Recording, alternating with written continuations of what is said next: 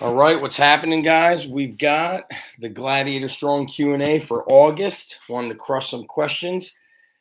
And I love doing this Q&A stuff with you guys. So let me pull up the first question. I hope you also enjoyed that old school muscle ad for the Aristocrat power stands.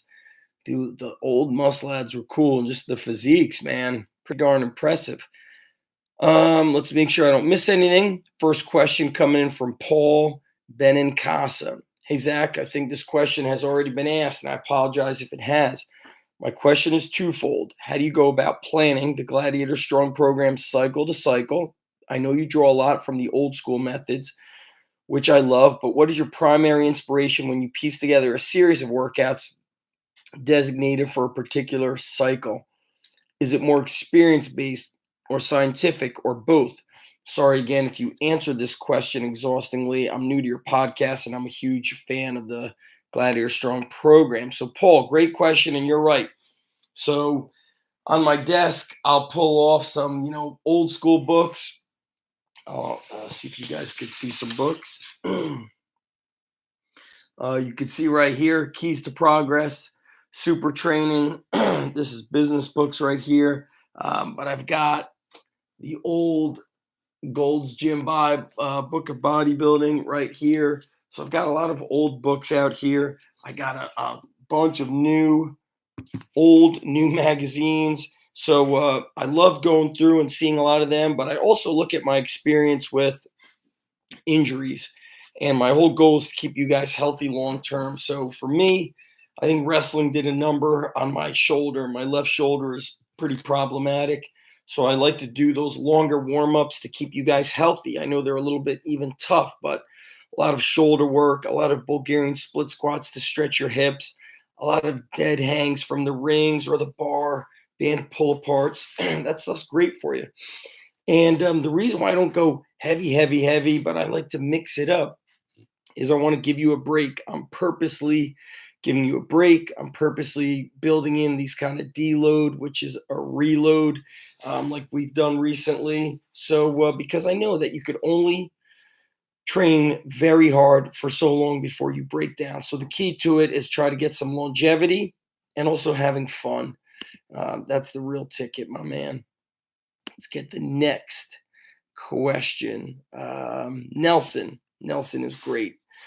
Nelson says, what was your experience like when you wrote for Elite FTS? What was the one thing you learned from that period of time that you still carry with you today? And what were some of your interactions like with some of the members there at the time? Jim Wendler, Matt Krajaleski, Dave Tate, etc. Wow, awesome question. So I was writing articles for them so frequently. I think I was writing one article a week. I was teaching full time. I did not open my gym yet. I was just training athletes out of the house, out of the garage. And I'm pretty sure my daughter was already born. So I was pretty busy, but I was writing so much. I loved writing. And the internet was more, people respected information more. It was more consolidated. MySpace was out back then. It wasn't Facebook. YouTube was very new back then. So writing was great. Jim Wendler was really in charge of most of, scanning through the articles. There was a Q&A team of very few numbers. You had Tommy Myslinski, who was in the NFL, still is in the NFL. You had Buddy Morris, Joe DeFranco, Martin Rooney, Dave Tate, Jim Wendler. You had a couple of powerlifters. I can't remember who Donnie Thompson may have been on there. And it was more, power lifters and a lot of, West Side Barbell diehards. So I was writing for them on the regular. And one year, Elite FTS did a summit up in Syracuse, which is upstate New York. And that's right. So Michael, I forget his last name. He was a doctor of physical therapy. He had like multiple physical therapy practices. He organized it and hosted. And we met up at Michael's house. I remember driving through Syracuse through the hood. I had no clue. It was so hood. And hood. And then boom, you hit a neighborhood with these monster sized houses. Michael had this beautiful old Victorian house. We had all kinds of food. We had a big dinner together. Buddy Morris was at a table, like talking crazy science. And then Dave Tate was drinking. Dave Tate walks by and he's like, just fucking box squat. And Buddy was like talking so scientific, like everybody's brain was going to explode. It was so funny. So during that seminar, I'm hanging out with Jim Wendler a lot. And Jim, we're watching somebody speak. It may have been James the Thinker Smith. And Wendler leans over and goes, "You want to write for Elite FTS?" I was like, "You kidding me?" He's like, "No, you want to write?" And back then, there was not a lot of turnover of the authors. It was a very small, tight knit group. And Jim Wendler is a very good test of character. He wants to make sure that he's with like the real deal. And before even that invitation, I would speak to Jim on the phone pretty regularly. He was the customer service guy who would answer the phone and take orders. Him and I would talk about, my bodybuilding competition in Israel. We would talk about the crazy things, the wrestling coaches, the training that they took me through. And we just spoke about life. So Jim and I were friends, and that was it. I think they saw maybe a guy that was super passionate, that showed commitment to Elite FTS. I was writing extremely frequently, and I'm writing for them. And I'll tell you how I actually got my first squat rack was Dave Tate says to me, actually, my first squat rack was a Sorinex squat rack, beautiful for the garage. It was army green with like gold blended into it. You never saw a color like it. It was just an upright squat stand. It was a half, a half rack, a stand. And they put the pull-up bar here. And I said, drill another hole up top because when I get my own gym, I want to have the pull-up bar up top and we could do pull-ups because I was in my garage, had a very low ceiling, and we needed to do pull-ups with the head clearing the barbell. Sorry, guys, it's late, 9:30. So that was my first rack. But then this crazy thing happens. I'm on the QnA team for Elite FTS. Dave Tate calls me up and says, "Zach, somebody had to return a full squat rack. They had the rack, the bench, the box, the dip bars, the rack pins." And he goes, "I'm sending it to you." And I go, "Dave, I don't have room in my garage. It won't even fit the height of my garage." He goes, "Dude, I don't care. Every time I talk to you, all you talk about is training people and opening a gym." He's like, "You're going to open a gym in 6 months. I know you will. I'm sending it to you. Store it in your father's garage. I don't give a shit." He hung up the phone on me. What happened was a guy ordered it and they got the rack made. There's probably like a 6-week turnaround time. The guy had a stroke. So during the time it was shipped out, he had to get it shipped back and said, "I'll never be able to lift again. I had a stroke. Like I can't move certain parts of my body." Dave gives me that, and then I paid him through writing more articles, more Q&A, more photos, more exercise index, stuff that I was just already doing. But I took a lot of pride in being part of that team because it was a very just, guys that you really looked up to, people that were really training. It was just such a different time that I cherish those times. So it was a very, important part for me as just, I guess, in my professional career of a strength coach. I was the only guy out of his home gym and, on their Q&A staff. It was really, to me, it was an honor. So it was great. Matt Krozaleski, I interviewed for the Underground Strength System, which is now the Underground Strength and Sports Performance Manual. That was before he kind of announced that he was transgender. And he was a world champion. And then when one year I actually spoke at the Arnold Sports Festival with Randy Couture. That was the last time, and now they're bringing it back, that the WPO ran their, World Powerlifting Open Championships. And I was hanging out with Dave and Jim Wendler, and Dave got me backstage, and Chuck Vogelpohl was warming up. Vlad Alzahov was a super heavyweight. I saw him like warming up with like 1,000 pounds. Matt Krozaleski took second. I think the guy who beat him was called Donnell Blue. The guy was just a tank. There was a guy from Ukraine called Alexander Kutcher, and the way you spell his name is Oleksondr, something like that, Kutcher. And he was walking around backstage like this, like he was like twitching. And I'm with Jim Wendler backstage, and I go, Jim, who's that? Is he getting ready to compete? He goes, no, he finished competing a day ago or 2 days ago. He's just always like crazy fired up. And I think that dude had some back problems, but he was like the 175 pound world champion. And Kutcher had another friend who was a heavyweight, very short, who I believe won the heavyweight class, maybe the 275 class. But this guy, he was like 275, but he looked like he was 5'5". Every lift he made looked like a warm up. I mean, I don't know what he squatted, around 1,000 or over 1,000. It was like boom, easy. But I remember Kutcher was built like I never saw a physique. Like this guy was like like strength just exuded his physique. And Dave was so excited because he saw how fired up I was watching everybody deadlift. Like I was blown away watching everybody deadlift. And I did a presentation with Randy Couture. I was invited by somebody who had known about me from bodybuilding times. And Randy Couture took me through his circuit, and man, he crushed me. And it was like 90 reps or 80 reps. So it was like clean and press for 10, back squat for 10, RDL for 10, reverse lunge for 5 each or 10 each, squat into an overhead press for 10, barbell row for 10, shrugs for 10, sumo deadlift high pull for 10. And I remember I went through like 4 rounds, and you would add like 5 pounds each set. I think I only worked up to like 85 pounds.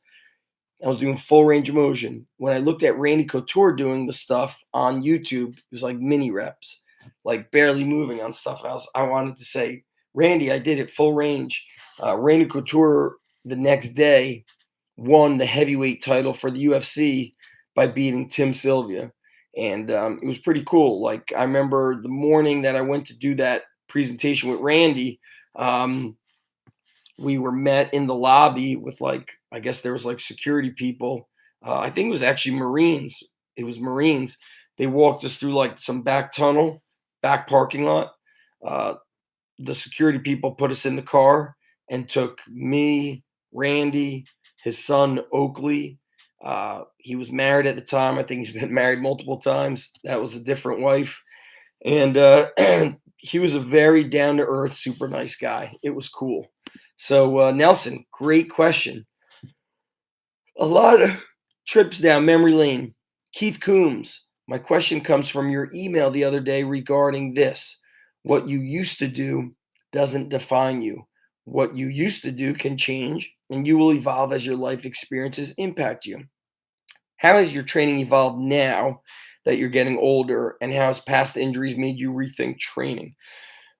So, this is the last question. So, we oftentimes, once we get into our 30s, I've experienced this coaching men is they're training with me, and they see a 15-year-old or a 16-year-old doing something, squat jumps, box jumps, and they think that they should do that or they can do that.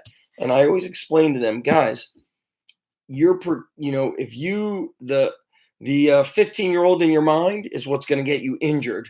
So I've seen guys, tear biceps on the tire, on a 350-pound tire, little silly things because they don't want to listen and say, hey, tire flip is no longer for you.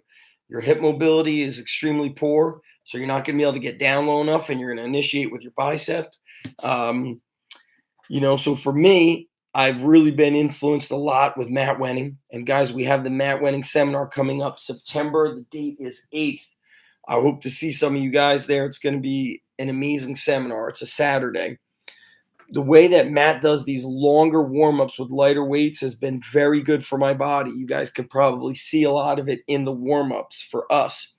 I've ordered his belt squat, which he's going to deliver Friday night before our seminar together. So he's influenced me a lot because I think he's 37, 38.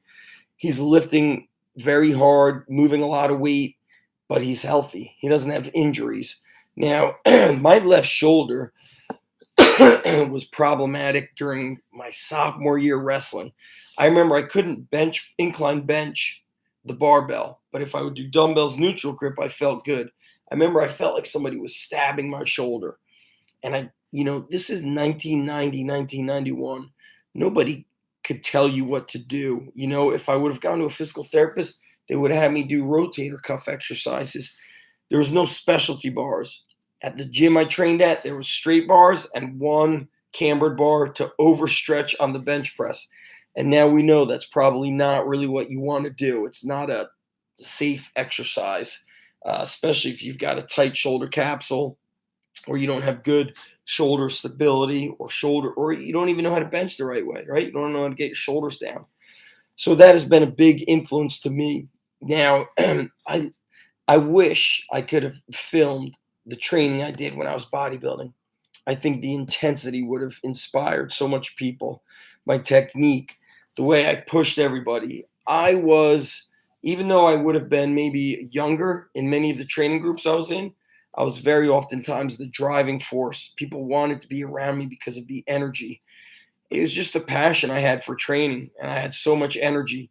And by the time I was bodybuilding, I also had such a hatred for losing that I trained like a mother effer. Like I just wanted to kill everything.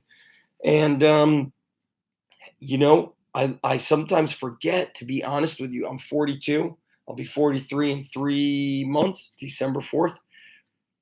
I forget how much energy you could have in your teens and 20s that sometimes I think I baby the kids. You might see hard training on Instagram and YouTube, but maybe I'm just smarter with the training. But like the kids are much weaker, like mentally, they're more fragile than I could ever recall.